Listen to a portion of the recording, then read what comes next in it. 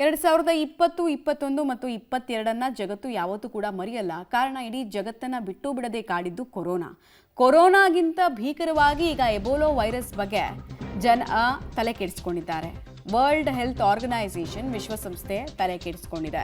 ರಾಜ್ಯದಲ್ಲಿ ಮತ್ತೊಂದು dangerous virus ಸ್ಫೋಟ ಆಗುವಂತಹ ಭೀತಿ ಇದೆ. ರಾಜ್ಯ ಸರ್ಕಾರದಿಂದ ಹೊಸ ಮಾರ್ಗಸೂಚಿ ಕೂಡ ಮುಂಜಾಗ್ರತಾ ಕ್ರಮವಾಗಿ ಪ್ರಕಟ ಆಗಿದೆ. ಪ್ಯಾನಿಕ್ ವಾತಾವರಣ ಇಲ್ಲ, ಆದರೆ ವಿಪರೀತ ಸಿದ್ಧತೆಗಳನ್ನು ಮಾಡಿಕೊಳ್ತಾ ಇದ್ದಾರೆ. ಎಬೋಲಾ ಗಾಳಿ ಮುಖಾಂತರ ಹರಡುವಂತಹ ರೋಗ ಅಲ್ಲ. ಕರೋನಾ ಅಂದರೆ ಗಾಳಿ ಮುಖಾಂತರ ಹರಡ್ತಾ ಇತ್ತಲ್ಲ, ಹಂಗಲ್ಲ ಇದು.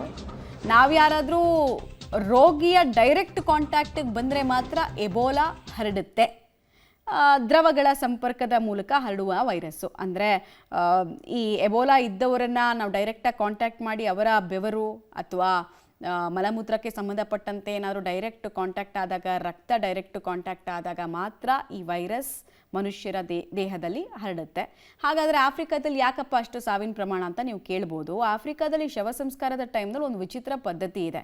ಸತ್ತವರು, ಅವನು ರೋಗದಿಂದ ಸತ್ತಿದ್ರು ಅಷ್ಟೇ, ಅವನನ್ನು ತಪ್ಪಿಕೊಂಡು ಹತ್ತು ಕಳಿಸ್ಕೊಡ್ತಾರೆ, ಶವ ಸಂಸ್ಕಾರ ಮಾಡ್ತಾರೆ. ಈ ಕಾರಣಕ್ಕೋಸ್ಕರನೇ ಆಫ್ರಿಕಾದಲ್ಲಿ ವಿಪರೀತವಾಗಿ ರೋಗ ಹರಡೋದಕ್ಕೆ ಕಾರಣ ಆಗಿದೆ. ಸೊ ಎಬೋಲಾದ ಲಕ್ಷಣ ಏನು ಅನ್ನೋದನ್ನ ನೋಡ್ಬಿಡೋಣ.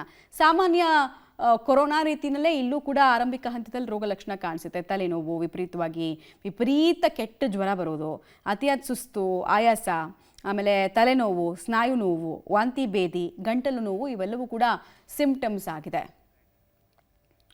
ರಾಜ್ಯ ಆರೋಗ್ಯ ಇಲಾಖೆಗೆ ಏನು ಸೂಚನೆ ಬಂದಿದೆ ಕೇಂದ್ರದಿಂದ ಅಂತ ನೋಡೋದಾದರೆ, ಕ್ವಾರಂಟೈನ್ ಸೆಂಟರ್ಗಳನ್ನು ಗುರುತು ಮಾಡಿ. ಯಾಕಂದರೆ ಬೆಂಗಳೂರು ಏರ್ಪೋರ್ಟ್ನಲ್ಲಿ ನಿತ್ಯ ಸಾವಿರಾರು ಸಂಖ್ಯೆಯಲ್ಲಿ ಈ ಆಫ್ರಿಕಾ ರಾಷ್ಟ್ರಗಳಿಂದ ಬರೋರು ಇದ್ದರು.